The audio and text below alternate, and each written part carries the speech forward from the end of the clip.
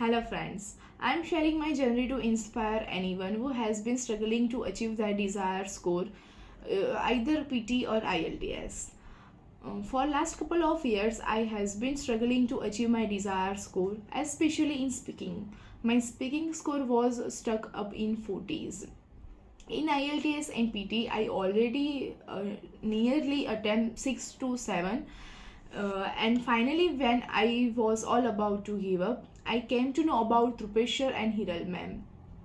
First time when I meet them, I got my confidence back, and simplifying following their guidelines, I could to manage my fulfill my all the dreams, and now I have my got admission and visa, and I am ready to fly to Canada.